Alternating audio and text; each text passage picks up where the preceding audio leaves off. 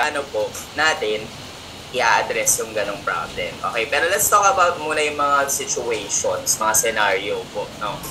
So, ito, si math teacher ay bago lang. Ngayon lang siya gagamit ng Khan Academy. Ngayon lang din gagamit yung kanyang mga estudyante. So, ano yung mga kailangan niyang pagdaanan? No, turuan po natin ito, di ba? Remember, we empower you so that you can empower the others as well. Okay. So, mayroon kayong kumare, no? Bago lang siya sa Khan Academy, ikaw pangalawang taon mo na, pangatlong taon mo na. So sabihin mo sa kanya, gawa siya ng teacher account, gawa siya ng classes niya sa Khan Academy. Tapos, dun sa classes, di ba, you will add students, right? So pag nag-add students ka dun, gagawa ka ngayon ng student accounts. Okay, so si student naman, pag login niya, automatically, pasok na siya sa klase ni math teacher. Di ba? Wala na siya ibang gagawin. Kasi bakit? Kasi si math teacher, yung gumawa ng accounts niya using her class. So therefore, automatically, papasok si student sa klase ni math teacher. Therefore, wala ibang ginawa si student kundi mag-login lang. Okay, so that's the basic na ating scenario. Paano po naman ngayon pag dalawa yung kayong subject? First time ni math, first time din ni science.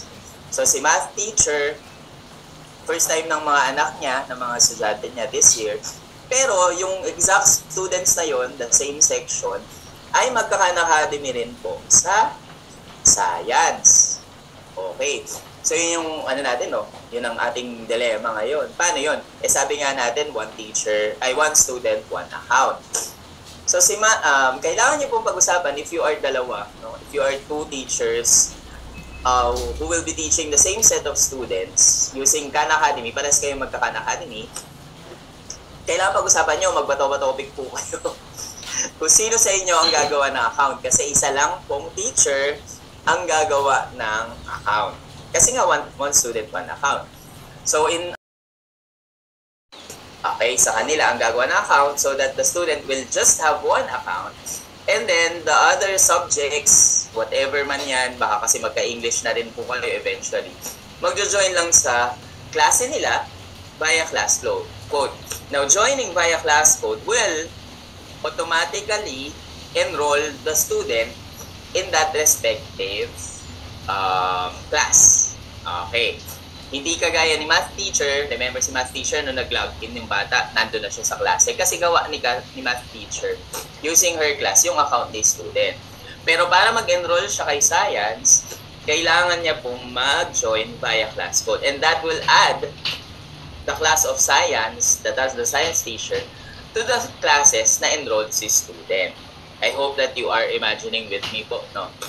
So therefore, only one teacher will create accounts. Yun po ang tandaan natin. Hindi isa-isa per subject.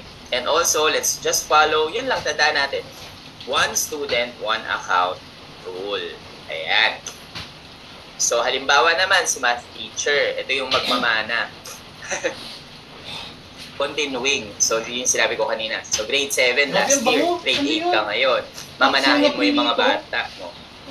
Let's say na isang section pa rin sila.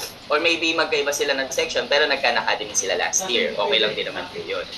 No? So mamanahin mo sila. So they will just create Khan Academy. You will just create new classes. So of course, you will create a new class in Khan Academy. And then, dahil nga may account sila from last year, magjo-join na lang po sila ng inyong klase via class code. One situation. Diba? Section 1, nag-Khan Academy last year. Section 2, hindi nag-Khan Academy last year. Ngayon, ang minana mo is a mixture of nag-Khan Academy at hindi nag-Khan Academy last year. May possibility, diba? Kasi minsan naghalo-halo. So, ang minana nyo pong mga estudyante, again, is a mixture of those who were able to use Khan Academy last year and those na first-timer in Khan Academy. Anong gagawin ko? Okay? So, gagawa pa din ako ng klase ko, of course, because this is a new school year. Remember, every school year, gagawa po tayo ng new class. I will let my students na may Khan Academy na join my class via class code. Pero yung iba na wala pa, say for example, 10 sila na nahalo from other sections last year. gagawan ko sila ngayon ng kanilang mga student accounts in my class doon sa klase ko po. Okay. Now, same ano pa rin, same, anong tawag po dito, same rule, no? Hindi ako gumawa ng bagong accounts kasi nga may accounts na sila from last year. So, you will just let them join via class. So, now, ang atin pong mahiwagang rule na marami po sa inyong lumabag. Do not delete or change the names of classes last school year. Yung iba, sabi nila, ay, hindi ko na to, tapos na yung school year, pinagbubura nila lahat ng klase nila para they will start anew daw. They will start new. This school year, they will start na malinis ang kanilang klase. Sana po hindi natin yung ginawa. Kaya lang kung nagawa nyo na, wala na tayong magagawa. No? Pero, hopefully, if you still have classes from last school year, wag niyo po sana siyang i-delete. That's why we have to retag them, right? So, itatag nga po natin sila ulit para mapabilang pa rin po yung count natin, yung data natin, na meron pa po tayong classes from last school year. But again, if you have deleted them already, di na-delete na. Wala na po tayong magagawa. Okay? Now, paano ngayon po yung joining via class phone, no? Ayan, sige. So, halimbawa, you go to Khan Academy po, paano nyo po makikita yung class ko? So, kung halimbawa, ayan, wala akong estudyante dito. I have to let I hope naririnig nyo po kung lakas ng ulan. I have to let my students join my class, yung mga Aristotle, sabi ng iba, Aristotle na klase, para mag-join sila dito. So, hindi ako mag-add students kasi meron na gumamit sila last year nung grade 4 sila. So, I just have to go to settings. And then, ito po yung code nila. Okay. Now, to join this class, ano po yung gagawin ulit? So, pupunta lang po kayo sa tapos, khanacademy.org/join. Papapuntahin nyo po dyan yung mga bata, no? Pag pumunta po sila dyan, lalagay nila dito yung code na binigay nyo po. Ayan. Tapos, continue. Tapos, hindi sila mag-create nyo account po, Yung iba dito nagpupunta, kaya napapasin nyo po yung mga estudyante nyo, doble-doble. Imbis na 30 lang ang estudyante, naging 60. Kasi nag-create account isa-isa, so bawat bata dalawa. Yung isang create nila, at saka yung created dati. So, hindi. Maglalagay na lang po sila sa kanilang dating account. And then, automatically, yun, may enroll na po sila dun sa klase po na yun, na pinag-joinan po nila. Ulit po, ang grade, ang tagging natin is, sabihin niyo lang, isipin niyo lang po, you are going to tag the class for its intended purpose. So, if the purpose of the class is for grade 7, itatag niyo po siya as a grade 7 class. Kapag ang intended naman ng purpose ng class is for grade 8 students, itatag natin siya as grade class. Makikita niyo naman po doon sa name ninyo, di ba? Sa Math 7. O kaya, Math 7 Galileo o D7, so itatag mo siya as grade 7. Okay? Okay. Yung iba, I'm not sure why, but for some reason, I've been hearing this a lot, no? Yung hindi nyo siya hindi nyo ma-click po yung add students sa inyong klase. So, tingnan natin po. Ayan. So, kung hindi nyo po ma-click yung add students dito sa klase po ninyo, for some reason, wala siya dyan, wala rin siya dito, at kailangan nyo pong gumawa, this is para dun sa mga gagawa ng inyo pong mga classes. You can go to settings and go to students. Ayan. Tapos may add students dito. Tayo nyo po baka dito gumana siya, no? Yung pag-add ng students. Ay, mamaya But sometimes, hindi gumagana yung ibang mga buttons dito because of maybe hindi po kayo nag-confirm na kayo po ay teacher. Kaya hindi niya kayo papayagang gumawa ng classes, no? O kaya naman, mahina yung internet natin. So, if just in case, try nyo pong gumamit ng ibang device o kaya check nyo po yung internet po natin. Okay? Now, bakit siya nagaganyan? Kadugyot naman yan. Ano yan. So, what if nalimutan na? I guess yun ay mga tanong iba. Nalimutan na ng estudyante yung dati niyang account. Okay. So, parang ka. retrieve po yung student accounts from last year. So, ito po ang mahalagang tandaan natin. Only the teacher from last school year has access to student accounts through the classes they created. So, halimbawa, si grade 7 teacher, ikaw ay grade 8, di ba? Mamanahin mo yung estudyante ni grade 7 teacher. Kaya lang, wala siyang kopya nung ano, no? O nalimutan na. Wala siyang kopya ng accounts o kaya nalimutan ng mga bata yung accounts. Kailangan nyo po mag-coordinate kay grade 7 teacher kasi siya lang po yung may access sa classes niya last year. Siyempre, hindi naman natin pwedeng kunin yung account niya, di ba? Account niya po yun. So, kailangan po natin makipag-coordinate sa kanya from last school year. Kailangan natin i-access yung klase niya. Tapos, you go to students to view the student roster of that specific class from last. Hindi ko mapapalitan ito kasi si teacher mismo yung gumawa ng accounts niya. So, dapat ang mapapalitan nyo lang po ay yung mga bata na kayo ang gumawa ng accounts. So, halimbawa, sige, dito po tayo. Ayan. O, si Charlie kasi, nung tinuruan ko po siya, lakas maka-PBB po, no? Nung tinuruan ko po siya nung grade 7, ako yung gumawa nito. So, therefore, ako yung may access ng account niya. Can you follow po? So, ibig sabihin, kung grade 8 teacher ka, si grade 7 teacher yung may access dun sa account niya. So, halimbawa, si Charlie nakalimutan niya yung kanyang password kasi sumali siya sa PBB, ganun. So, kailangan niyo po i-click yung pangalan niya, tapos i-click niyo po yung settings. Ayan.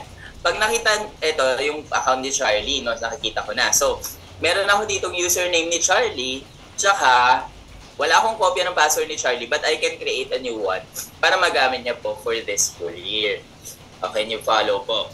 Kaya therefore, para ma-access niyo po ito, kailangan kausapin niyo po yung teacher from last year. Okay? Ang challenge nga lang po dyan, if wala tayo talagang kopya ng bawat isang bata at kapag nakalimot silang lahat, isa-isahin niyo po yung nasa student roster. Now, ang one thing that I can recommend is, di ba, may mga estudyante ka. Do you still remember your passwords from last year and accounts last year? Baka naman may makakaalala dyan. So, siguro kalahati lang yung nakalimot. Ipanalangin natin na 5 lang yung nakalimot. Para 5 na lang yung babalikan ninyo from last year. Okay? Siguro naman hindi isang buong estudyante, isang buong klase yung nakalimot po ng kanilang mga passwords. Alright, so can you follow po? So therefore, you have to have this sort of collaboration and coordination with the teachers from last year. Now, what can we learn from this? Ayan.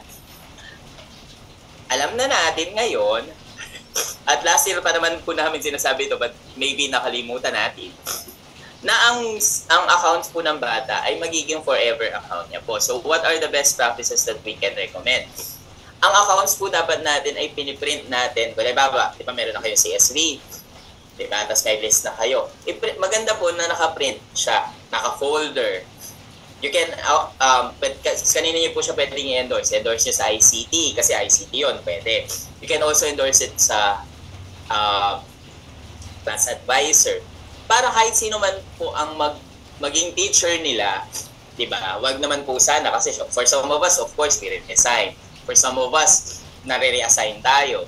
So kahit sino man po ang magmana ng isang klase na po na yun, may kopya po kayo na naka-print account na yun. So wala tayong way para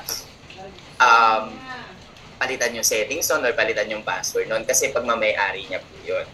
Okay? Now, sabi po ni Sir ni teacher po, no, kailangan daw po babalitan yung yung password ng bata last year. Hindi po. So kaya lang po natin pinalitan, remember si Charlie kanina, kasi nakalimutan niya po yung password niya. Okay? So nung nalimutan niya yung password niya, kailangan ko palitan, bibigyan ko siya ng bagong password kasi nga hindi na siya makalagi, nakalimutan niya po eh. So gagawin niyo lang po yung ginawa ko kanina kapag hindi po maalala ng bata at hindi siya makalogin. For some reason, hindi siya makalogin. So, pwede niyo pong gawin, palitan niyo po yung password niya or para ma-refresh po yung settings ng kanyang account. Okay? Okay. So, yung iba po yung mga questions, I think na-address na po natin. So, remember, one account, diba? One student, one account. So kapag ano po ang nangyari? Kapag halimbawa, nagkahalo-halo na, may gumawa ng account, may hindi gumawa ng account, one thing that you can do is lililisin nyo po yung inyong magiging student roster. So for example, naghalo-halo, may, di ba, meron po tayong ganong cases.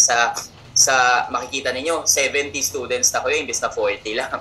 Kasi nga naghalo-halo. So what you can do is to edit your student roster. So for example, nasa student roster na po ako. No? So kunyari si Lovejoy, dalawa yung account niya. Isang binigay ko, isang gawa niya, 'di ba? So hindi ko na malaman kung alin talaga doon yung official. May mga ganyan tayo eh. So make sure that you know the official, which one yung active. Kasi yung isa dyan malamang hindi niya na nagagamit. So you can delete that account. So i-click niyo po yung box na ito. Ay sorry, mali ako ng napindot. Ulitin po natin. So again, you go to your student roster. Ayan. Tapos i-click niyo po yung box here. Tapos, ang action po natin ay stop coaching. Okay, stop coaching na lang po, no? Kasi pag remove from class niyo po yan, ang nangyari po kasi sa akin yan, no? Ni-remove from class ko siya, pero nasa system ko pa pala siya. So, ang dami ko na palang estudyante sa buong Pilipinas sa pinuntahan ko, magkakasama na sila doon sa system ko. So, what you can do is stop coaching para talagang deleted siya sa system niyo po. Okay? So, stop coaching niyo po and then matatanggal na po yung account na yon na nadoble o kaya ay ginawa niyo po sa ano niyo po, no? Sa inyong klase at sa inyong system din mismo. Now, why are we promoting na isang account na lang po yung ating mga students, no? So, ito po yung sinabi ko kanina again, no? So you can change the password. Halimbawa, nalimutan ni Rona Zaira ang kanyang account. You go to your student roster. You click that specific student. You will know now the username. You don't have to change this. So alam niyo na. Tapos gawan niyo na lang siya ng bagong password na madali niya maaalala, no? For this year. And then that you can update your list. Yun pa pala, no? Update niyo rin po yung list niyo kasi paano na naman next year nakalimutan na naman. So you can